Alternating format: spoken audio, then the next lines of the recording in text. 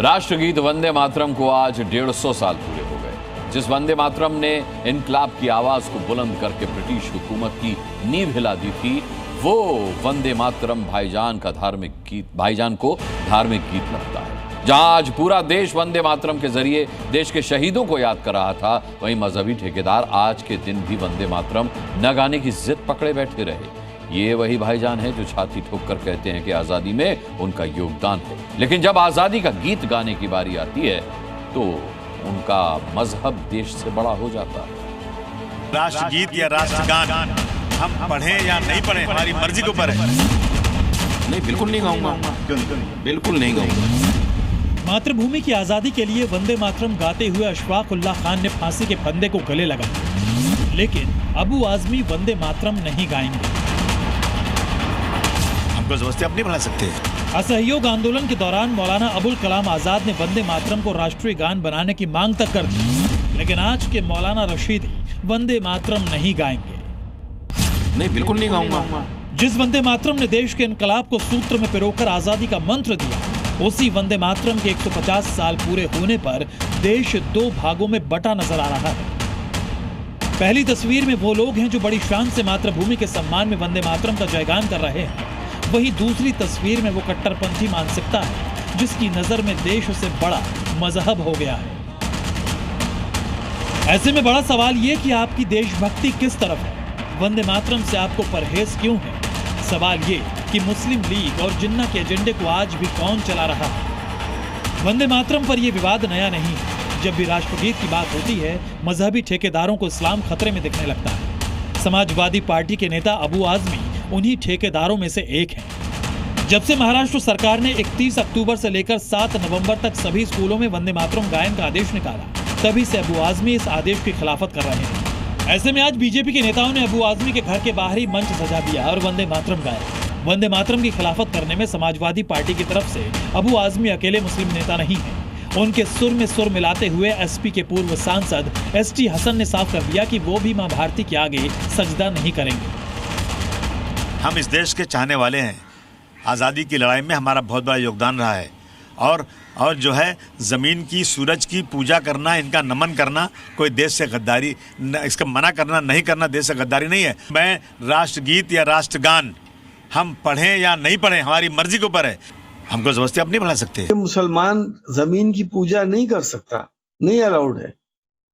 अपनी जमीन के लिए, अपने देश के लिए, अपनी मातृभूमि के लिए अपनी जान दे सकता है, अपना खून दे सकता है, अपने आप को कुर्बान कर सकता है, सब कुछ कर सकता है, लेकिन वो इसकी इबादत नहीं कर सकता।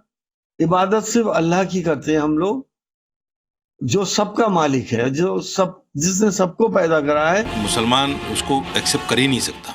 क्यों नहीं एक्सेप्ट करेगा? क्योंकि इस वंदे मातरम का मतलब ये है कि हम माँ तुझे नमन करते हैं, शीश झुकाते हैं तेरे सामने। तो हम तो अल्लाह के सामने, अल्लाह के अलावा किसी के सामने झुकाते नहीं हैं। नहीं, तो मैं ये पूछूं कि मौलाना साजिद रशीदी गाएंगे कि नहीं गाएंगे? नहीं, बिल्कुल नहीं गाऊंगा। क्यों नहीं गाएंगे? बिल्कुल नहीं गाऊंगा। इसलिए नहीं गाऊंगा कि ये मेरी आस्था के खिलाफ है। ये वही साजिद रशीदी हैं जो सोमनाथ मंदिर पर विवादित बयान देते हैं। ये वही साजिद रशीदी हैं जो औरंगजेब का महिमा मंडन करते रहते हैं और अब राष्ट्रगीत से ऊपर इस्लाम को तरजीह दे रहे हैं। ऐसे में इनकी देशभक्ति पर सवाल क्यों न उठे?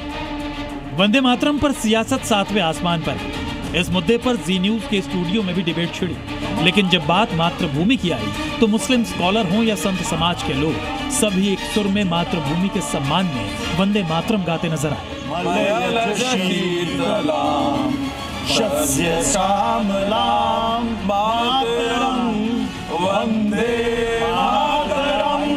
भारत की आजादी के आंदोलन के दौरान हम इस बात को देखते हैं कि जब भी कोई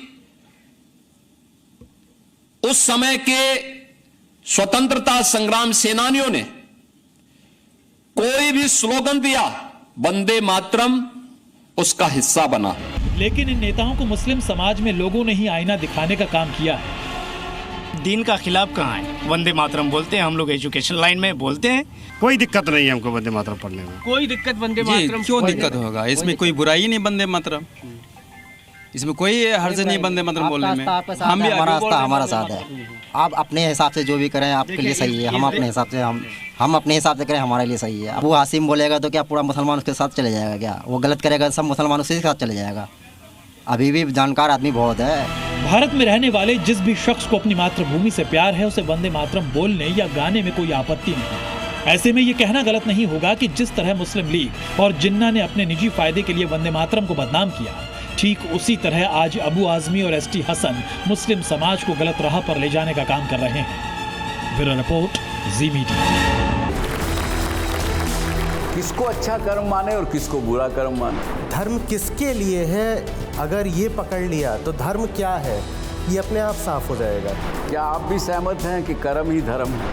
ये परंपराएं, ये रस्म व रिवाज, इनका धर्म से दूर दूर तक कोई लेना देना नहीं है। आचार्य जी, ये इतना अंतर्द्वंद क्यों?